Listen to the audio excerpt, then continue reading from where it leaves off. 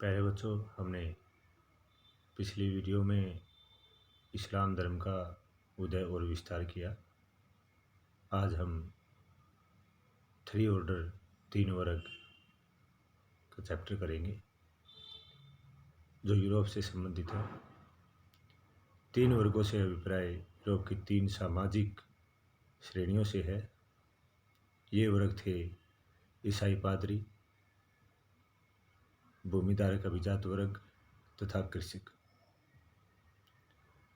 सामंतवाद शब्द जर्मन शब्द फ्यूड से बना है। फ्यूड का अर्थ है भूमि का टुकड़ा। रोमन साम्राज्य का गाल प्रांत आगे चलकर फ्रांस बना।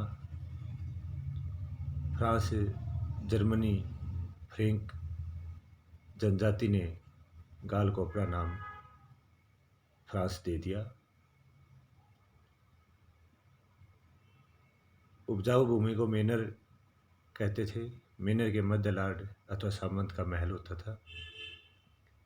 लार्ड राजा से प्राप्त भूमि का एक भाग नाइट को देता था, जो बदले में लार्ड या सामंत को युद्ध के समय उसकी सहायता करने का वचन देता था।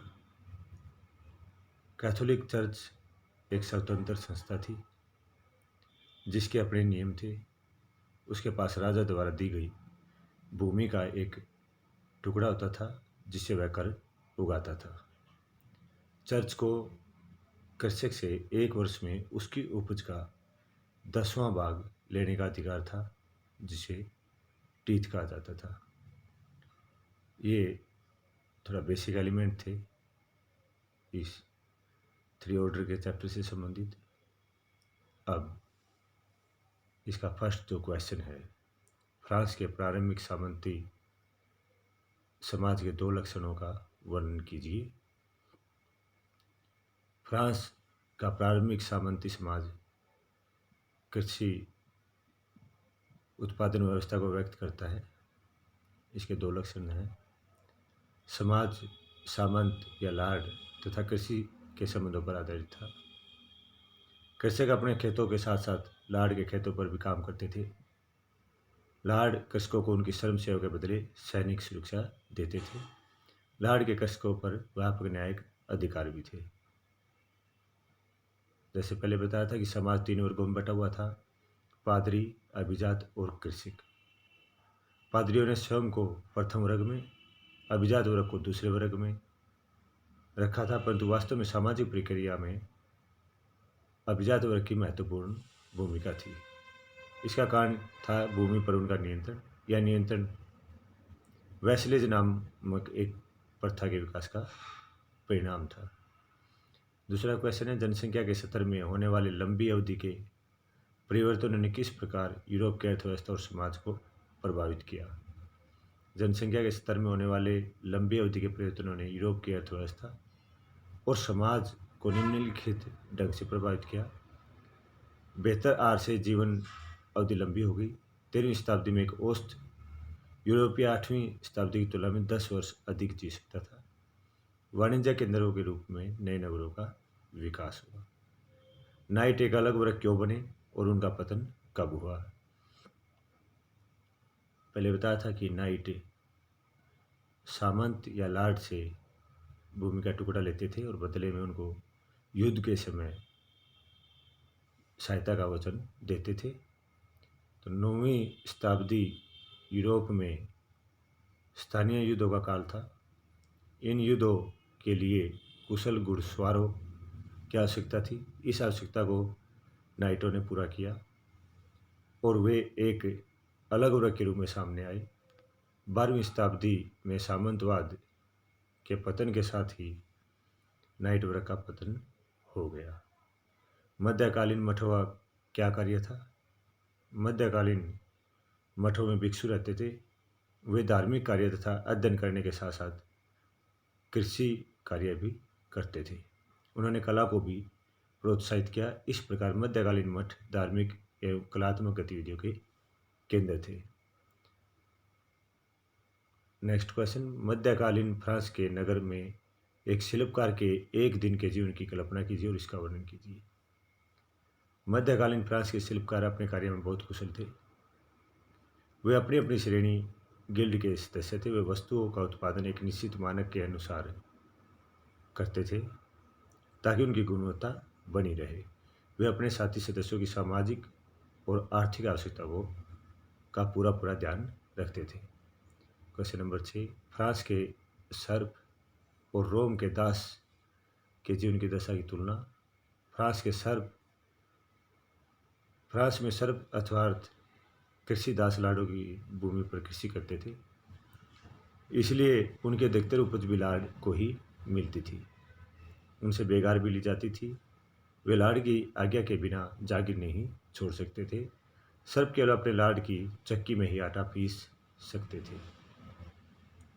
उनके तंदूर में ही रोटी सेक सकते थे और उनकी मदिरा संपीडक में ही मदिरा और बियर तैयार कर सकते थे। लाड़ को उनका विवाह तय करने का भी अधिकार था।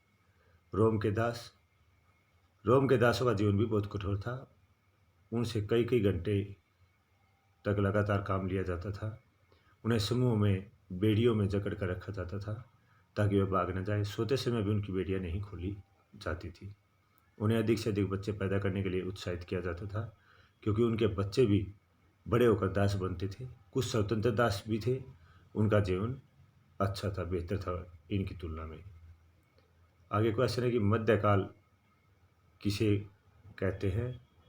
इसकी प्रमुख विशेषताएं इस प्रकार है। 500 ईस्वी से 1500 ईस्वी तक के काल को मध्यकाल कहते हैं। मध्यकाल की मुख्य विशेषता इस प्रकार है। मध्यकाल में चर्च बहुत ही शक्तिशाली संस्था थी।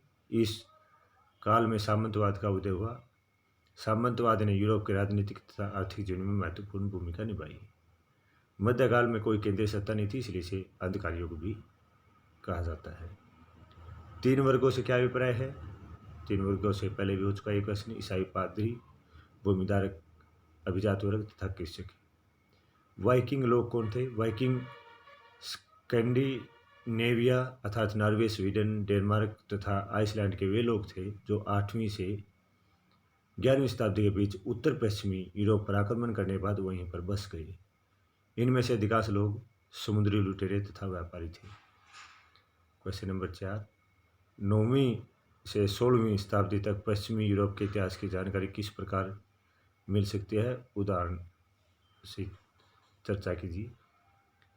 चर्चों में मिलने वाले जन्म, मृत्यु तथा विवाह के अभिलेखों की सहायता से परिवारों और जनसंख्या की संरचना को समझा जा सकता है। चर्चों से प्राप्त अभिलेखों से व्यापारिक संस्थाओं की जानकारी मिली है।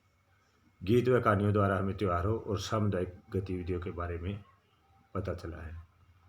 सामंतवाद का अर्थ। सामंतवाद शब्द जर्मन शब्द फ्यूड से बना है। फ्यूड का अर्थ है भूमि का टुकड़ा। अतः ऐसी प्रणाली को सामंतवाद कहा जाता है जिसमें भूमि के बदले सेवाएं प्राप्त की जाती है। सामंती समाज का उदय मध्यकालीन यूरोप में हुआ है। रोमन साम्राज्य कौन सा प्रांत आगे चलकर फ्रांस बना और कैसे। रोमन साम्राज्य का गाल प्रांत आगे चलकर फ्रांस बना। इसे जर्मनी की फ्रैंक नामक जनजाति ने अपना नाम देकर फ्रांस बना दिया। फ्रांस का समाज किस आधार पर 3 वर्गों में बटा हुआ था। फ्रांसीसी पादरियों का विश्वास था कि प्रत्येक व्यक्ति कार्य के आधार पर 3 वर्गों में से किसी एक वर्ग का सदस्य होता है। एक बिशप ने कहा, वर्ग क्रम में कुछ प्रार्थना करते हैं, दूसरे लड़ते हैं और शेष अन्य कार्य करते हैं। फ्रांस का समाज इसी आधार पर 3 वर्गों अर्थात पादरी, अभिजात और कृषक वर्ग में बटा था। फ्रांस के अभिजात वर्ग को प्राप्त कौन से 2 विशेष अधिकार थे। नंबर 1, उनका अपनी संपदा पर स्थायी रूप से पूर्ण नियंत्रण होता था। वे अपना स्वयं का न्यायालय लगा सकते थे, यहाँ तक कि वे अपनी मुद्रा भी जारी कर सकते थे। आगे मेनर क्या था। उपजाऊ भूमि को मेनर कहते थे। मेनर के मध्य लार्ड अथवा सामंत का महल होता था। मेनर में रहने वाले लोग मेनर की भूमि पर ही निर्वाह करते थे। किसान का जीवन बड़ा कष्टमय था। मेनर का स्वामी सामंत बड़ा भोगविलास का जीवन व्यतीत करता था। सामंती प्रथा के अंतर्गत फीप क्या थी? लॉर्ड नाइट को भूमि का एक भाग देता था, इसी भूभाग को फीप कहते थे। नाइट फीप के बदले लॉर्ड को एक निश्चित धनराशि देता था और युद्ध में उसकी ओर से लड़ने का वचन देता था। 12वीं शताब्दी में फ्रांस में घुमक्कड़ चारण क्या भूमिका निभाते थे? घुमक्कड़ चारण एक प्रकार के गायक थे। वे फ्रांस के मैनरों में वीर राजाओं तथा नाइट्स की वीरता भरी कहानियों यहाँ गीतों के रूप में गाते हुए घूमते रहते थे। इस प्रकार के योद्धाओं का उत्साह बढ़ाते थे। कैथोलिक चर्च एक शक्तिशाली संस्था कैसी थी? कैथोलिक चर्च एक स्वतंत्र संस्था थी जिसके अपने नियम थे। उनके पास राजा द्वारा दी गई भूमि होती थी जिससे वह कर उगाता था, इसलिए चर्च एक शक्तिशाली संस्था थी। तो प्यारे बच्चों, आज के टॉपिक में इतना ही बहुत। जैसे पहले भी वीडियो में बार बार आपको कहा जा चुका है कि जल्दी से जल्दी अपनी बुकलेट ले लें और 21 दिसंबर से 28 दिसंबर के बीच होने वाले एग्ज़ाम की अच्छी तरीके से तैयारी कर लें। धन्यवाद।